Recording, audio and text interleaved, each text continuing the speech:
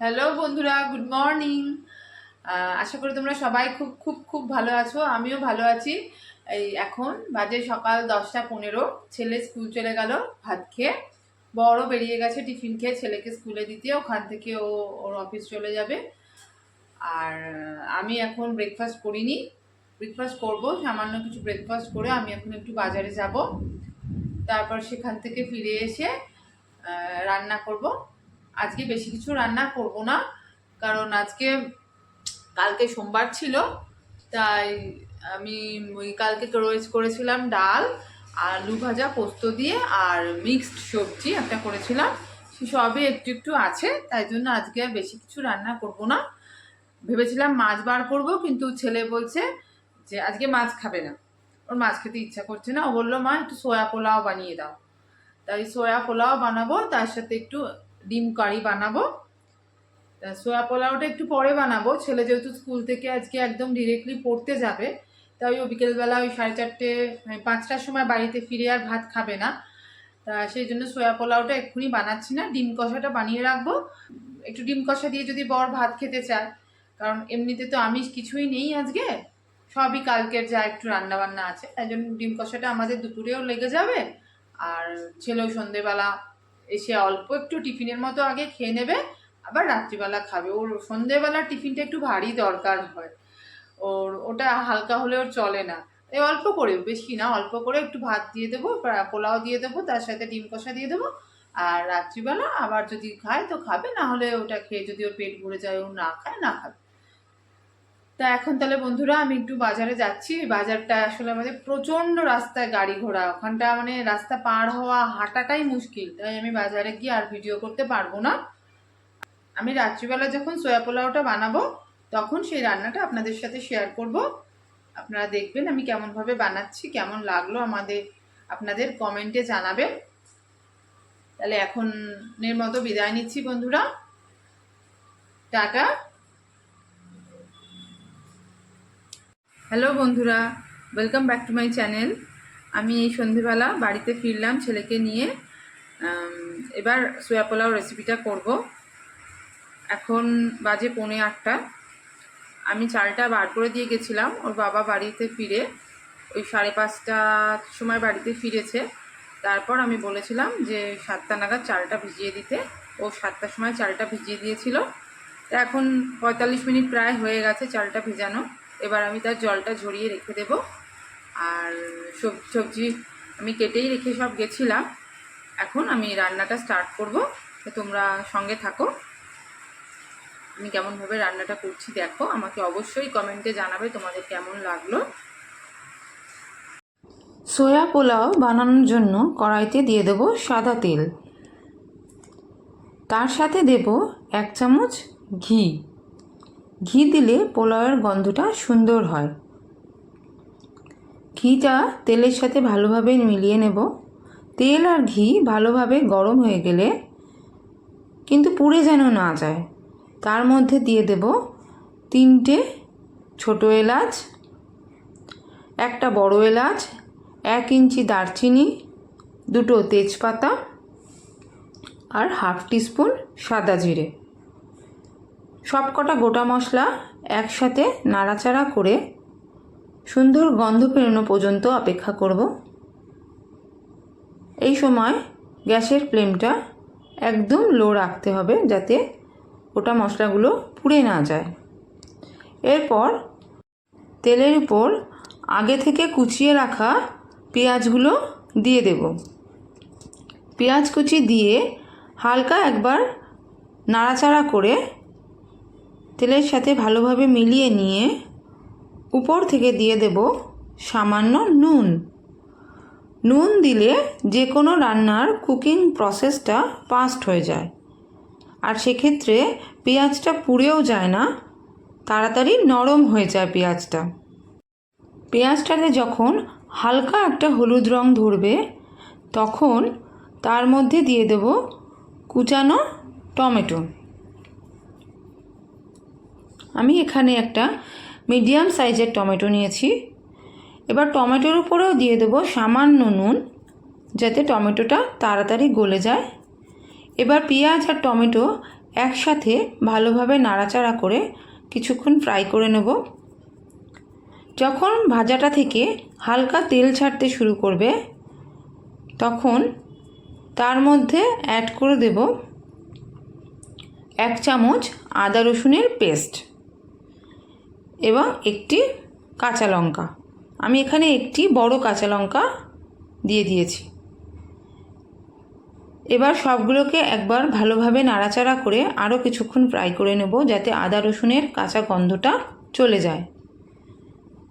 ভাজাটা থেকে যখন আবারও তেল ছাড়তে শুরু করবে তখন তার মধ্যে একে একে দিয়ে দেবো হলুদ গুঁড়ো, কাশ্মীরি লাল, ধনে গুঁড়ো, চিনি, সবগুলো এবার একসাথে, একটু গরম মশলা গুঁড়োও দিয়ে দিয়েছিলাম আমি। সবগুলো একসাথে নাড়াচাড়া করে আবার কিছুক্ষণ ফ্রাই করে নেব।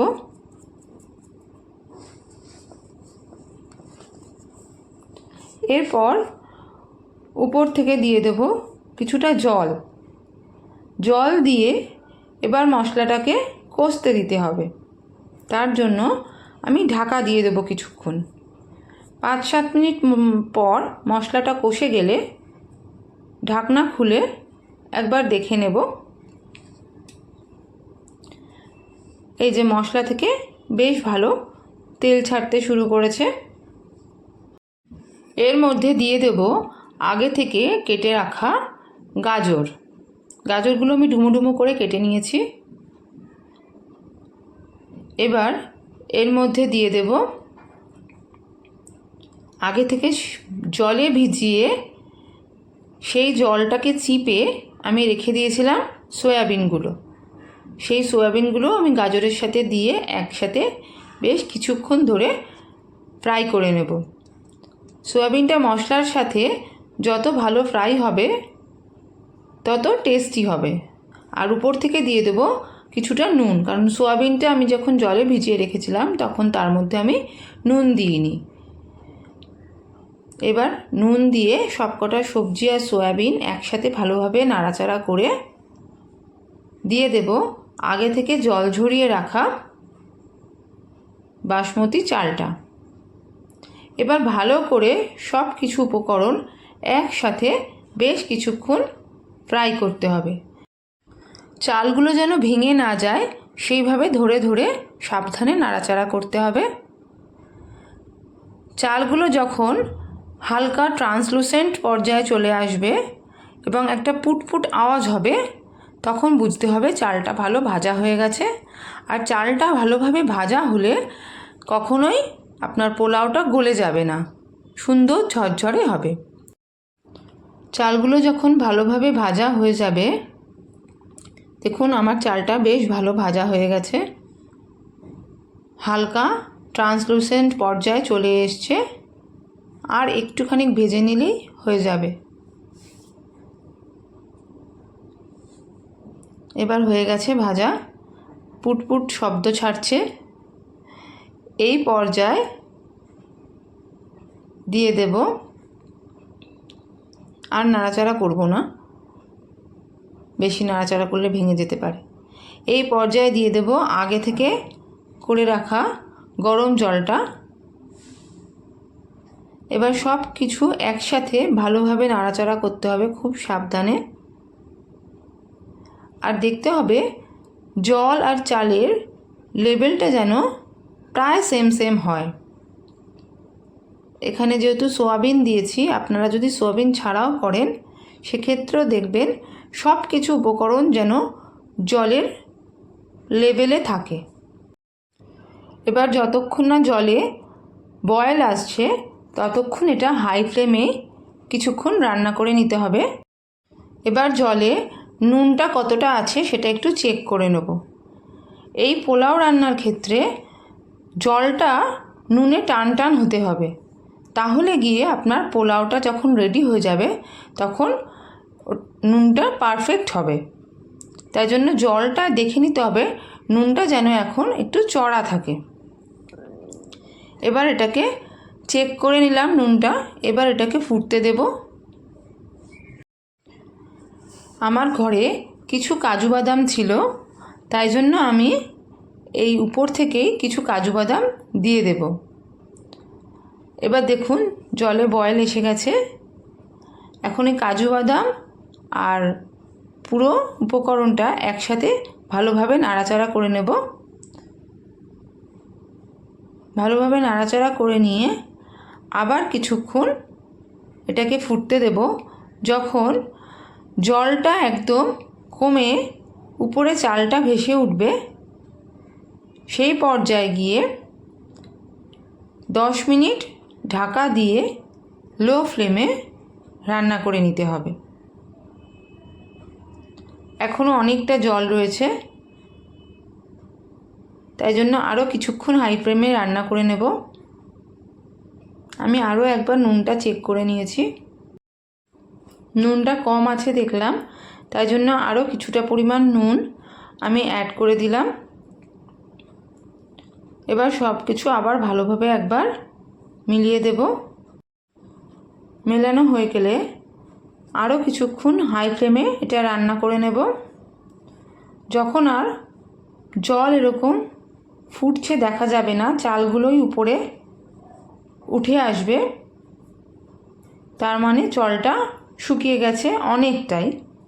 সেই পর্যায়ে গ্যাসের ফ্লেমটা একদম লো করে 10 থেকে 15 মিনিট ঢাকা দিয়ে রান্না করে নেব। এখনও একটু ফুটছে, জল আছে দেখা যাচ্ছে।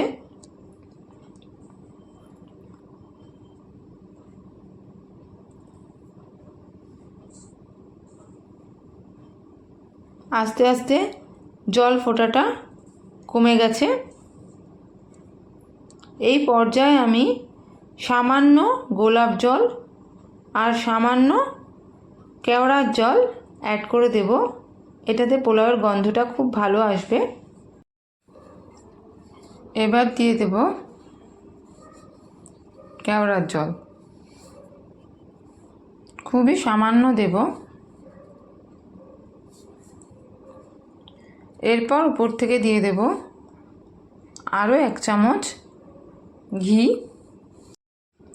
ঘিটা চারিদিকে দিয়ে দেব যাতে ভালোভাবে ঘিটা মিশে যায়।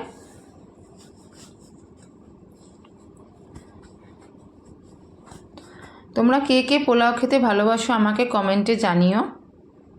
আমার তো ভাতের থেকে বেশি রাইসের আর সব প্রিপারেশানগুলো ভালো লাগে। আমি এমনি সময় যে ভাত খাই, এইসব পোলাওয়ের মানে রাইসের যে কোনো প্রিপারেশান হলে আমার ভাত খাওয়া মনে হয় 2-3 গুণ বেড়ে যায়। ঘিটা দিয়ে দিয়েছি, এবার ঢাকা দিয়ে দেব। জলটাও আর ফুটছে না দেখো তোমরা। এবার ঢাকা দিয়ে দিলাম। ঢাকা দিয়ে এইভাবে লো ফ্লেমে আমি 10 মিনিট রান্না করে নেব।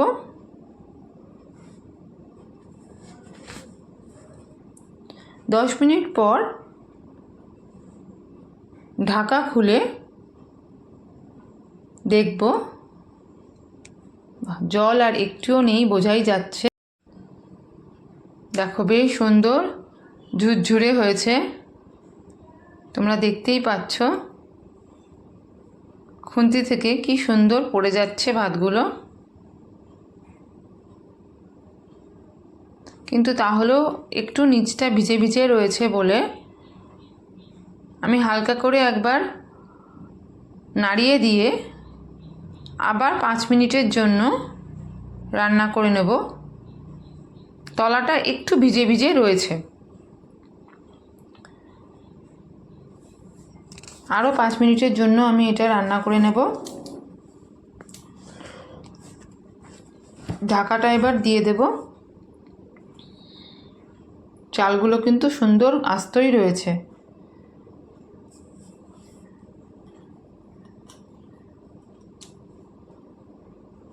সুন্দর গন্ধ বেরিয়েছে জানো বন্ধুরা, দেখতেও যেমন সুন্দর লাগছে। জানি না ক্যামেরাতে তোমাদের কীরকম রঙটা লাগছে, আমার এখানে তো বেশ সুন্দর একটা হালকা হলুদ রং এসছে আর গন্ধটাও সুন্দর বেরিয়েছে। তা 5 মিনিট আরও ঢাকা দিয়ে রান্না করে নিলাম। এবার ঢাকাটা খুলে দেখব। মনে হচ্ছে দেখে আর জল নেই।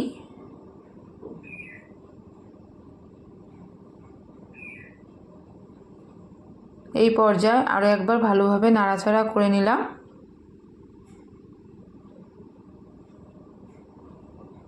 উফ, গন্ধে আমি আর রান্না করতে পারছি না, মনে হচ্ছে এক্ষুনি খেতে শুরু করে দিই। আর ওই যে কাজুগুলো, এইগুলো তো আমার কি বলবো, এত পছন্দ আমার ড্রাই ফ্রুটস, এগুলো দেখলে মনে হয় সবগুলো খুঁটে খুঁটে আমিই খেয়ে নিই। দেখেছেন কেমন সুন্দর ঝুরঝুরে হয়েছে। এই পর্যায়ে দিয়ে দেব ধনেপাতা কুচি। ধনেপাতা কুচি দিলে গন্ধটা আরও সুন্দর হবে। ধনেপাতা কুচি দেওয়া হয়ে গেলে আরও 5 থেকে 7 মিনিটের জন্য স্ট্যান্ডিং টাইমে ঢাকা দিয়ে রেখে দেব। গ্যাসের ফ্লেমটা অবশ্যই বন্ধ করে দিতে হবে। 5 থেকে 7 মিনিট পর ঢাকা খুললে দেখা যাবে পোলাওটা আরও ঝুরঝুরে হয়ে গেছে। তখন সব কিছু আবার একবার মিলিয়ে নেব। ধনেপাতাটা পুরো পোলাওয়ের সাথে মিলিয়ে নিলে গন্ধটা একদম চারিদিকে ভরে যাবে। বেশ সুন্দর ঝুরঝুরে হয়েছে কিন্তু বন্ধুরা, আপনারা অবশ্যই একবার বানিয়ে দেখবেন। এবার ভালোভাবে সবটা মিলিয়ে নিয়ে ছেলেকে প্লেটে সার্ভ করে দেব। এই নিয়ে নিয়েছি প্লেট। এটাই ওর আজকের ডিমান্ড ছিল, সোয়া পোলাও আর তার সাথে ডিম কষা। যদিও ডিম খেতে খুব একটা পছন্দ করে না, তবুও আজকে কি হলো, ওর ইচ্ছা করলো সয়াবিনের সাথে, সয়াবিন পোলাওয়ের সাথে ডিম কষা খেতে, তাই দিয়ে দিয়েছি। দারুণ গন্ধ বেরিয়েছে, দেখি খেয়ে কি বলে ছেলে। এবার ডিম কষা দিয়ে দিলাম।